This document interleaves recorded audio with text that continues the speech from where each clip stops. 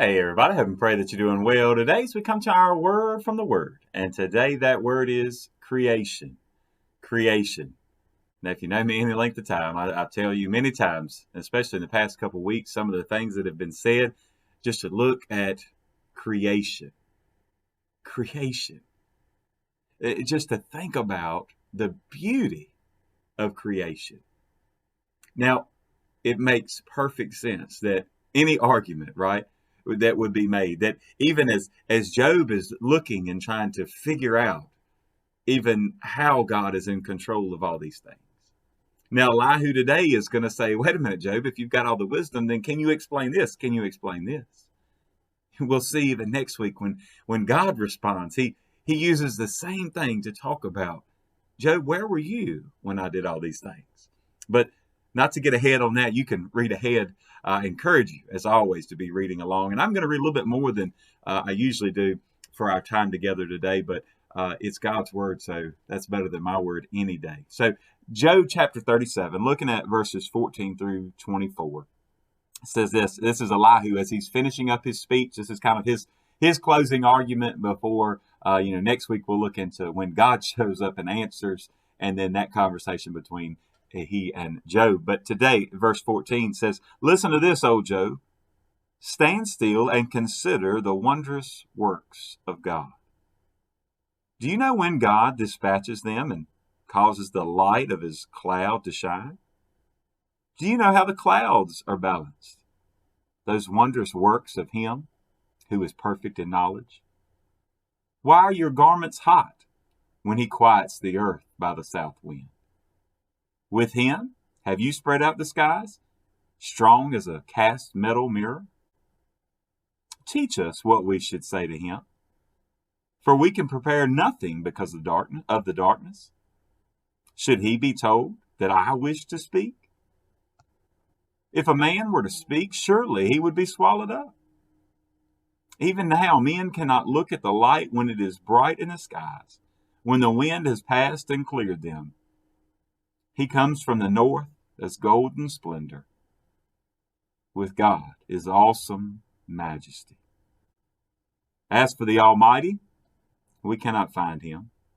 He is excellent in power, in judgment, and abundant justice. He does not oppress. Therefore, men fear him. He shows no partiality to any who are wise of heart. Now, I love just even in these closing arguments, you kind of kept this case going on, this court case going on, and I love the way that he uses creation as an example. Because, as much as we know about creation, we still don't even begin to understand it. And even every explanation we have of knowing how things work, right? We may know that precipitation falls to the earth and then it may pull up and then by the heat makes it evaporate and it goes into the clouds, and as it rises and falls and causes all these things and the clouds come together and blah, blah, blah. And we can go on and on and on and talk about all the scientific explanation. But can you really explain how they're holding right there in the sky? Can you really explain gravity? Can you really explain? And the list goes on and on and on. We can't even look directly at the sun. But we think we could look to God in an arrogant way, is kind of what Elihu's saying. He said, so wait a minute, you can't even look at the sun from as far away as it is. I mean, that's even, your garments are hot even with the wind blowing. And that's how he didn't even really know how far away the sun was. But to think about the heat, right? That it takes 8 minutes, the light you're seeing from the sun, even as fast as it travels, is still some 8 minutes. It left the sun 8 minutes ago to get to you. But yet we can't look at it. But yet we think in our arrogance, when things aren't going our way, that we can look to God, the one who spoke that light into existence. It's Elihu who is saying, you have the audacity to come at God like that. Now, I told you that there's a lot of things that Job had done right. Right? We know that Job was blameless, but through that attitude, through that time where God was trying to mold him and make him who he wanted to be, who he wanted him to be, Job was flirting with being self-righteous and arrogant towards God. And that's an attitude that we all must be careful of. That the more we know about God does not make us more righteous. The more we know about God, we see more of how much we need him. We see more of how dirty and filthy and sin-filled that we really are. And that alone should actually, the closer we get, the more we look like Jesus, the more humble we should become. Because we know what we deserve.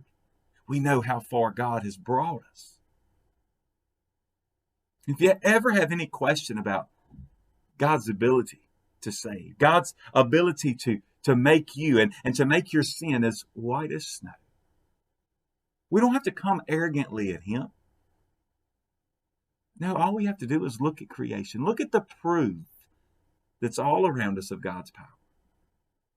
That alone should give us the encouragement to face whatever today holds.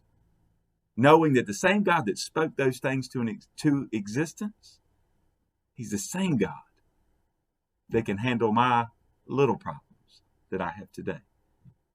That's the God of creation. And I pray he's the God of your life. God bless you. And I pray you have a great, great day.